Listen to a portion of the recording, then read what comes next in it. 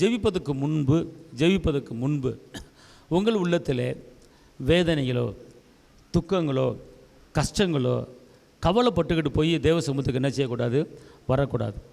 அப்போ ஜெபிக்க போகிறதுக்கு முன்னால் நான் ஜெபிக்க போகிறேன், எனக்கு விடுதலை கிடைக்க போகுது, நான் ஜெபிக்க போகிறேன், எனக்கு பதில் கிடைக்க போகுது அப்படிங்கிற விசுவாசத்தில், அப்படிங்கிற நம்பிக்கையில், அப்படிங்கிற உறுதியில் தான் நீங்கள் என்ன செய்யணும், நீங்கள் போகணும். சரிங்களா?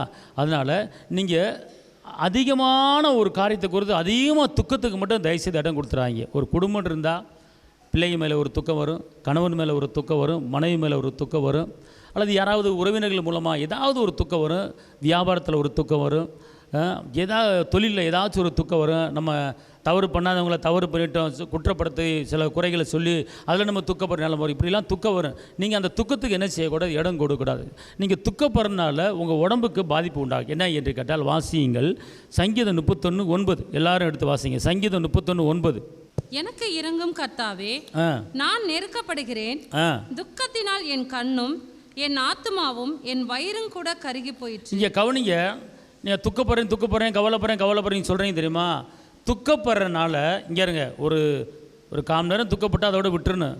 எப்போ பார்த்தாலும் துக்கம், எப்போ பார்த்தாலும் வேதனை, எப்போ பார்த்தாலும் கவலை, அப்படி துக்கப்பட்டுக்கிட்டே இருந்தீங்கன்னா உங்களுக்கு என்ன பாதிப்பு உண்டான்ற ஃபஸ்ட்டு கண்ணு பாதிக்கும். என்ன பாதிக்கும்? ஹலோ, கவனிக்கிறீங்களா? துக்கப்படுறா என்ன பாதிப்பு உண்டாகும்? கண்ணு பாதிக்கும். ரெண்டாவது வயிறு, குடல் பகுதி. ரெண்டாவது என்னது? வயிறு, குடல் பகுதி பாதிக்கும். புரியுதுங்களா? திடீர்னு வயிற்று வலி வரும், திடீர்னு குடலில் ஏதோ ப்ராப்ளம் வரும்.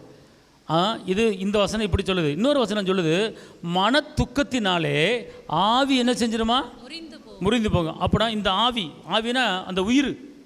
நீங்கள் அதிகமாக துக்கத்துக்கு இடம் கொடுத்தீங்கன்னா ஆவியே போயிடும் அப்படிங்கிறார். புரியுதுங்களா? அப்போ நீங்கள் தேவ சமூகத்துக்கு போகும்போது துக்க முகத்தோடு என்ன செய்யாதீங்க, போகாதீங்க. திருப்தியாய் ஜெபத்துக்கு பதில் வரப்போகுது அப்படின்னு நினச்சி விசுவாசமாக போங்க. ரெண்டாவது, நீங்கள் ஜெபிப்பதற்கு முன்னமே உங்களுடைய வயிறு, உங்களுடைய குடல், உங்களுடைய ஆவி, உங்கள் ஆத்துமா எப்படி இருந்துட்டு போகணும் அப்படின்னு கேட்டிங்கன்னா, ஒரு சில பேர் பிரச்சனைகளையே சுமந்துக்கிட்டு வேதனைகளே சுமந்துக்கிட்டு என்ன செய்வீங்க, போவீங்க நீங்கள்.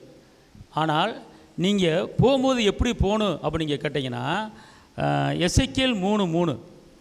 மனுபுத்திரனே, நான் உனக்கு கொடுக்கிற இந்த சுருளை நீ உன் வயிற்றிலே உட்கொண்டு அதனால் உன் குடல்களை நிரப்புவாயாக. இப்போ கவனிங்க, நீங்கள் டீயோ காப்பியோ போன்விட்டாவோ அல்லது சாப்பாடு நிரப்பிக்கிட்டு நீங்கள் ஃபுல் கட்டிக்கிட்டு நல்ல ஒரு கல்யாண வீடு சாப்பாடு மாதிரி சாப்பிட்டு நீங்கள் ஜெபத்துக்கு போகக்கூடாது.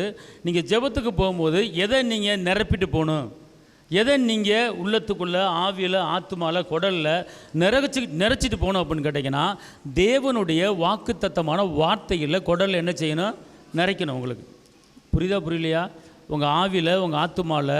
ஏன்னா அந்த வசனத்தை திருப்பி வாசிங்க. எசேக்கியேல் 3:3.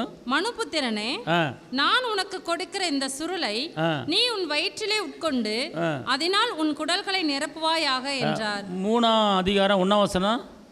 பின்பு அவர் என்னை நோக்கி, மனுபுத்திரனே, நீ காண்கிறதை புசி, இந்த சுருளை நீ புசித்து இஸ்ரவேல் சந்ததியார் இடத்தில் போய் அவர்களோட பேசு என்றார். பாருங்க என்ன சொல்றாரு அப்படின்னு கேட்டீங்கன்னா, நீங்க ஒரு இடத்துக்கு போறீங்க, ஒரு ஆள்கிட்ட வாக்குவாதத்துக்கு பேச போறீங்க, ஏதோ ஒரு வேலைக்கு இன்டர்வியூ அட்டன் பண்ண போறீங்க.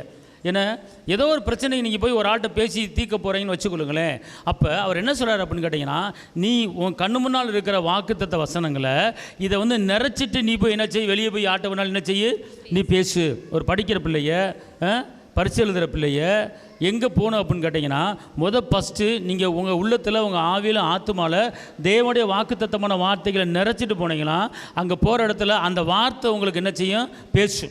அந்த வார்த்தை உங்களுக்கு விடுதலை கொடுக்கும், அந்த வார்த்தை உங்களை நடத்தும். அதான் எப்போ போனாலும் உங்களுடைய இதயத்தில் அந்த தேவனுடைய வார்த்தை இருக்கும். அதான் நீதிமொழிகளில் என்ன சொல்லப்பட்டிருக்கு அப்படின்னு கேட்டால், 7ஆம் அதிகாரத்தில் நீதிமொழிகள் 7:1 வாசிங்க.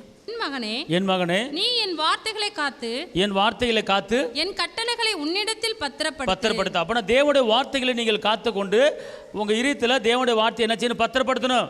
அதாவது உங்கள் இதயத்தில் எப்போ பார்த்தாலும் தேவனுடைய வார்த்தை இருக்கணும். பத்திரப்படுத்தினா எப்போ பார்த்தாலும் அந்த வார்த்தை இருந்து கொண்டே இருக்கணும். அதுக்கு பேர் தான் பத்திரப்படுத்துறது. சரிங்களா? ஒரு பொருளை பத்திரப்படுத்த பெரிய காரியம் கிடையாது, ஒரு நகையை பத்திரப்படுத்த பெரிய காரியம் கிடையாது. தேவனுடைய வார்த்தையை உங்கள் இதயத்தில் பத்திரப்படுத்தினால் அந்த வார்த்தை உங்களை கரம் பிடித்து நடத்தும். அல்லேலூயா.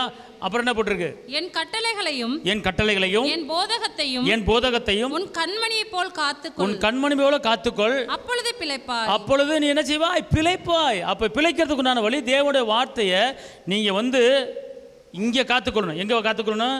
இதயத்தில் காத்துக்கணும். தவறுனா என்ன, பாவனை என்ன, உயர்வன் என்ன, மேன்மை என்ன, அதை காத்து கொள்ளும்போது, அதை காத்துக்கிட்டு நீங்கள் ஜெபத்துக்கு போகும்போது அந்த ஜெபங்களுக்கு பதில் கிடைக்கும்.